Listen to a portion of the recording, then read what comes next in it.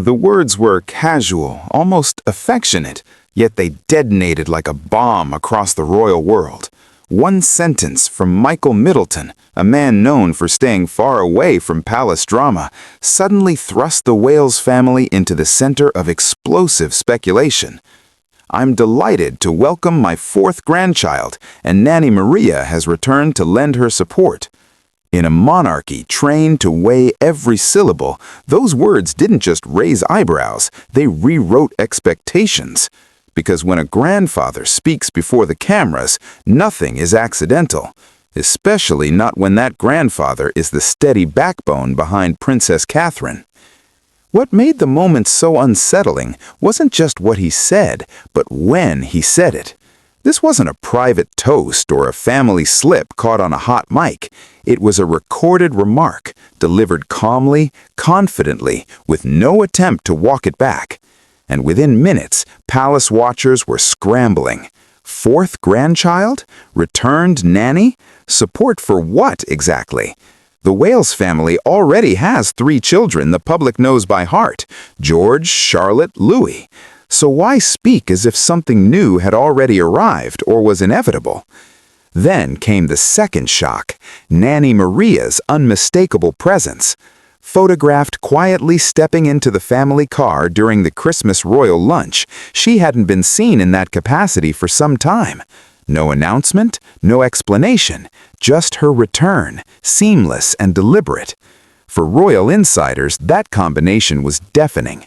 When Maria comes back full-time, it's never without reason. She isn't summoned for nostalgia, she's summoned for need. Behind palace walls, aides reportedly froze.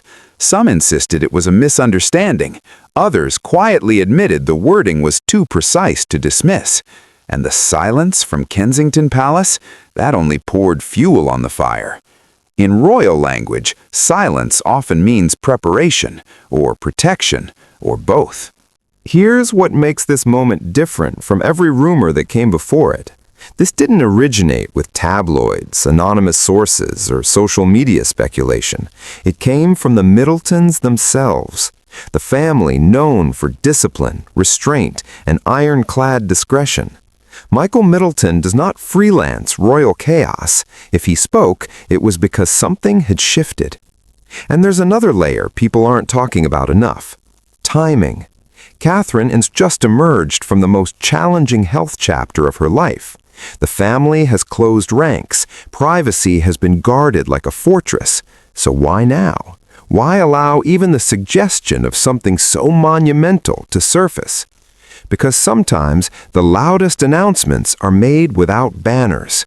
Sometimes they're whispered through action. A returned nanny, a carefully chosen phrase, a grandfather's pride slipping just far enough into public view to change the narrative. Before we go deeper into why Michael may have done this, what it means for Catherine, and how this could reshape the future of the monarchy, make sure you're subscribed and notifications are on. Stories like this don't unfold in one headline. They unravel in layers, and what comes next may surprise everyone. The weight of Michael Middleton's words didn't fade after the applause died down. It followed William and Catherine home, lingering in the quiet rooms of Adelaide Cottage, like a question no one dared to ask out loud.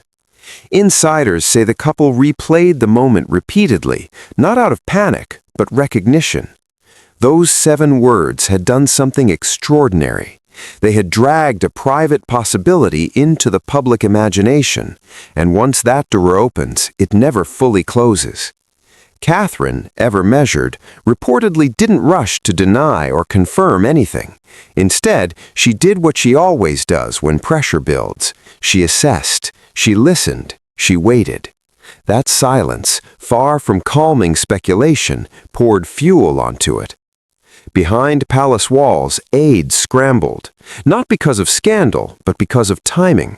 The monarchy thrives on control, and this narrative slipped through the cracks in the most human way possible, through a proud grandfather.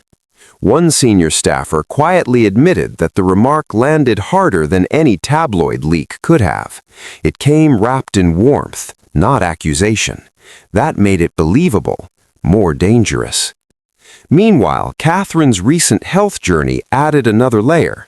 Publicly, she had spoken of resilience and recovery.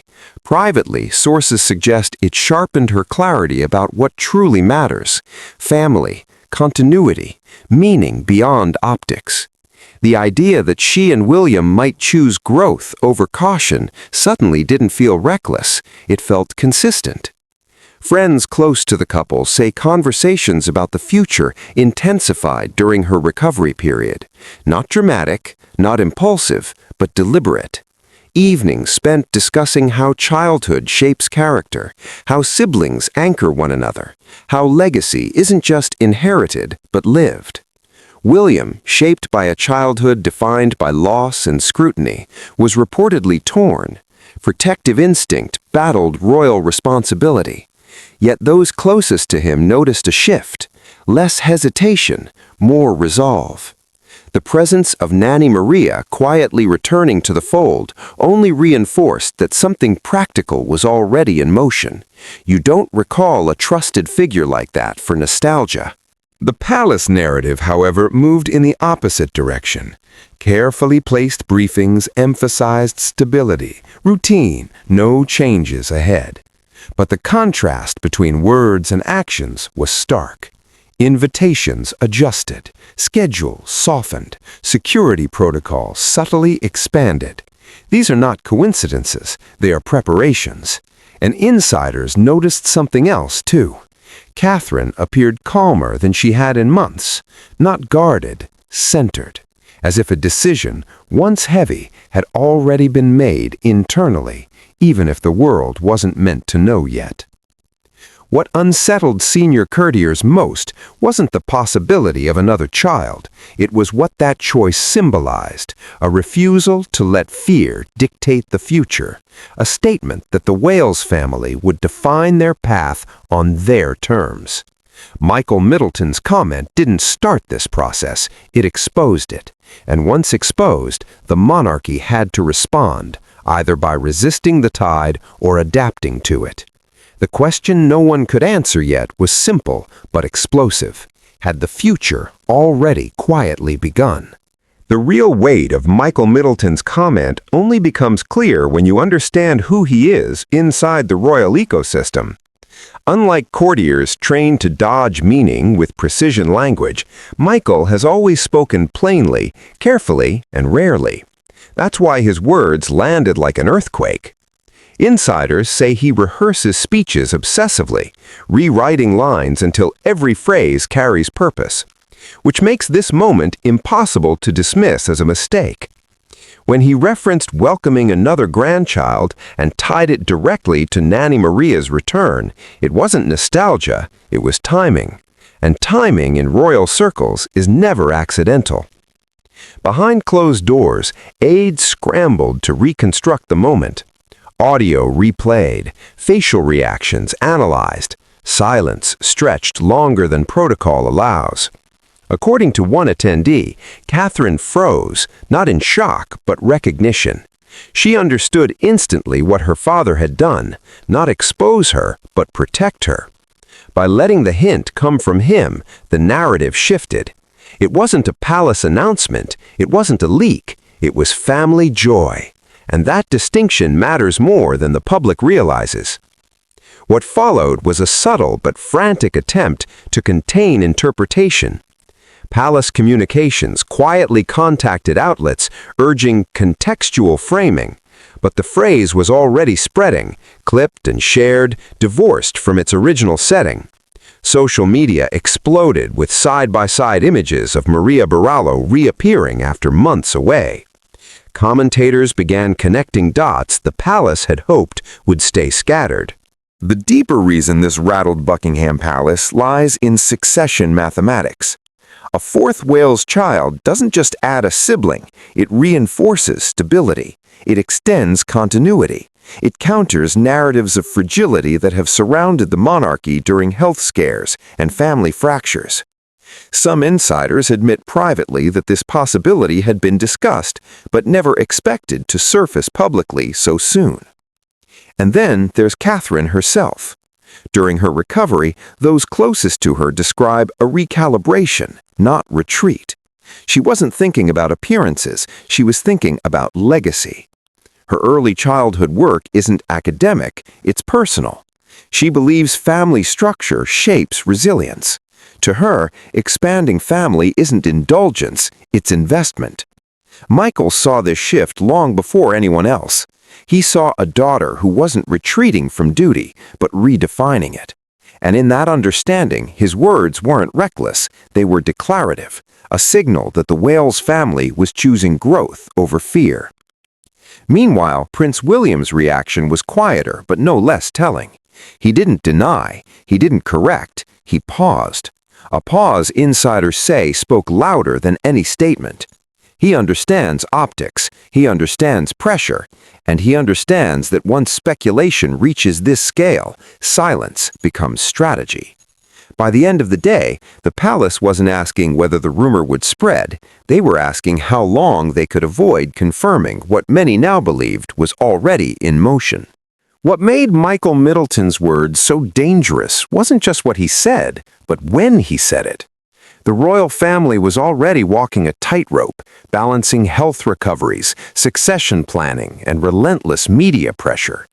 Into that fragile moment stepped a grandfather who knew precisely how much weight a single sentence could carry. Insiders say Michael had been unusually reflective in the weeks leading up to that speech, spending long evenings with close friends, revisiting old family photos, and quietly asking questions about legacy rather than headlines. Those closest to him noticed a shift, a sense that he believed time itself was nudging the family toward a decision that could no longer be postponed.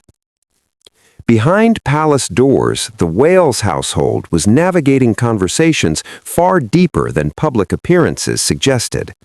Catherine's health journey had changed more than routines. It reshaped priorities. Sources revealed that during her recovery, the family recalibrated what truly mattered, stripping away ceremonial noise and focusing on emotional continuity.